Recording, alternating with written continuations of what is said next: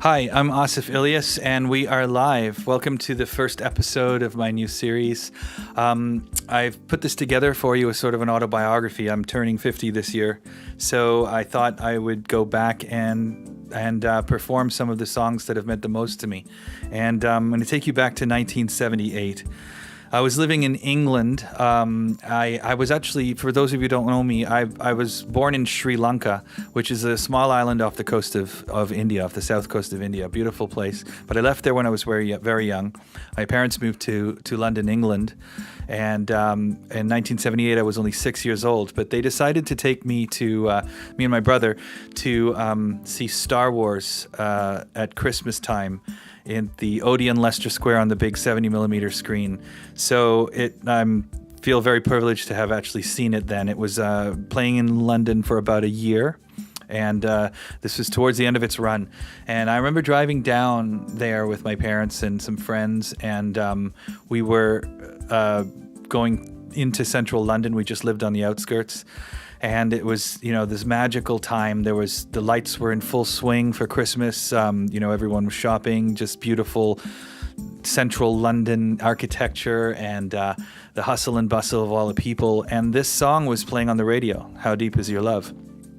And I remember just being mystified by it. It was this haunting sound. It was this beautiful, sort of wrapped around you like a warm blanket. And I think a lot of the songs that were from that era had this very cozy, welcoming feel, but they are also really adventurous from a songwriting point of view. I didn't realize this till much, much later. But, when we think of songs from that era, they were much more adventurous in terms of musicality than songs that are out now on the radio. You can find really incredible music if you go digging on the internet, but back then what was on the radio was very adventurous. There was lots of really neat chord use, like jazz chords and different sections, different modulations. Modulations are changes in key, different rhythms, different approaches. It was a really interesting time. And, songs like Still Crazy After All These Years by Paul Simon, the chords in that song are just so atypical of a pop song, but they were on the charts, which was really incredible. And this was one of those songs. And in this series, I'm probably going to be sometimes going a little bit over people's heads with some of the musical speak if I'm trying to describe what I liked about a song. So I thought I should just give you a little quick crash course if you guys have a couple of minutes just to bear with me, just to show you how I'm going to be referring to things musically. So I'm just going to show you right here. In a scale, we have notes, okay? So we look at notes from, let's say, in the C scale, from C all the way up to C. And when we go up the scale, it's just like the alphabet, but it only has 7. So it starts at C, ends at C, in the key of C, okay?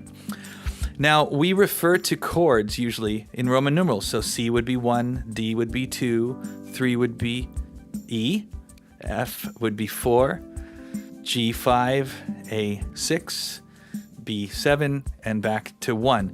And they are lowercase Roman numerals when they're minor chords. And a minor chord is a quality of a chord. A quality of a chord, it basically has a different feel to it, and it has to do with the types of notes that are stacked on top of each other. So a chord is basically notes that are stacked on top of each other. So if we've got, that's a chord, but it consists of all these different notes. Okay, so in this song particularly, in How Deep Is Your Love, they have this beautiful use of the major 7th chord. And major 7th chords, it's a type of chord that was used a lot in this era. And it's basically done by just relaxing the topmost note, the one note there, making it a 7th. And it's got this beautiful relaxed feel, right? And so that's what I feel. Some people think of the major 7th chord as melancholy, but I've always felt like it had this real relaxed feeling. And so, just to further give you some teaching on this. So if you've got notes, so you've got that in the key of E flat, which we'll learn another time. And then when we look at the chords, we've got the 1, the 3, the 5, and the 8. And then when you just drop that note, it becomes the 7th. And that's why it's called the major 7th chord. It's a major chord, and it's got that beautiful, used a lot in bossa novas, used a lot in all sorts of music. But it's just, it's an incredible way that music has this way of creating emotion. And as I go through these, sometimes, I won't do it all the time, but I'm going to just explain to you how some of these chords have qualities and how I hear them. And then maybe if you're a songwriter, you could learn something about how to use different chords just from my perspective. And again, it's very subjective. Some people don't see major sevenths as relaxed. They might see them as sad, but to me, they sound relaxed, right? Like they're used a lot in bossa novas. So, the girl from Ipanema or something. So, without further ado, thanks for bearing with me with the little lesson there. So, to showcase this song, I'm going to need some help with harmonies. So, I'm going to invite my daughter, Ava, to come and sing this song with me. So, just give me a second and we'll get her up here.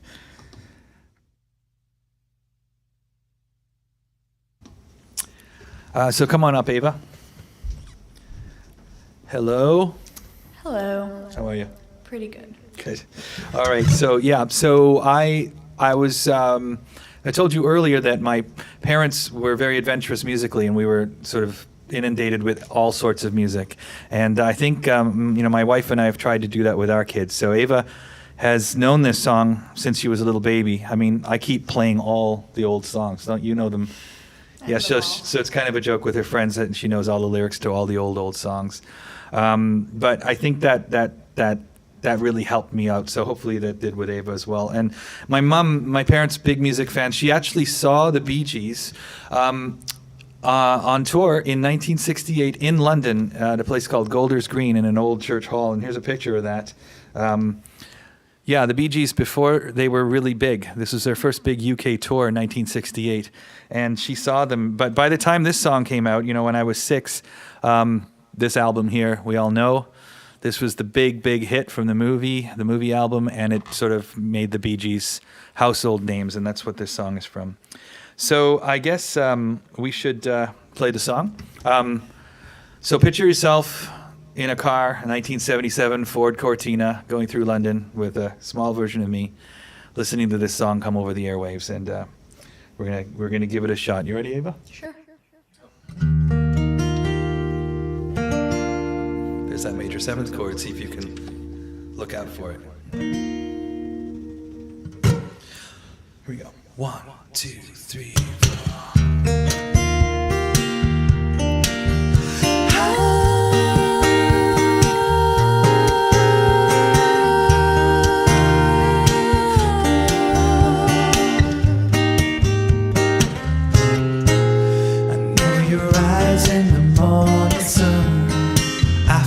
Touch me in the pouring rain, and the moment that you wander far from me, I wanna feel you in my arms again. And you come to me on a summer breeze, keep me warm in your love, then you softly leave. And it's me you need to show.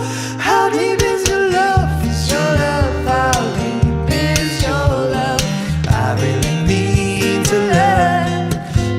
we're living in a world of fools, breaking us down when they all should let us be. We belong to you and me. I believe in you. You know the dark to my very soul, know the light in my deepest, darkest hour. You're my savior when I fall. And you may not think I care for you when you know down inside that I really do. And it's me you need to show.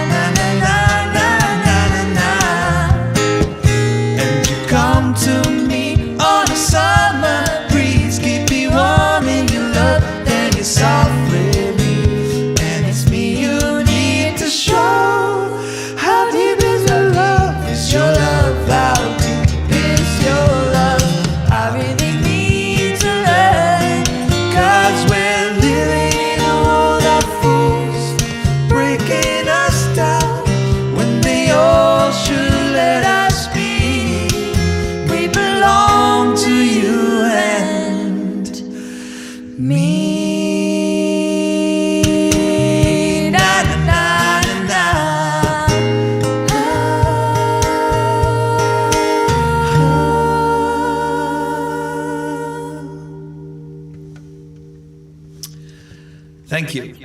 Thank you, Eva. Thanks for joining us, and we'll see you next time. Cheers.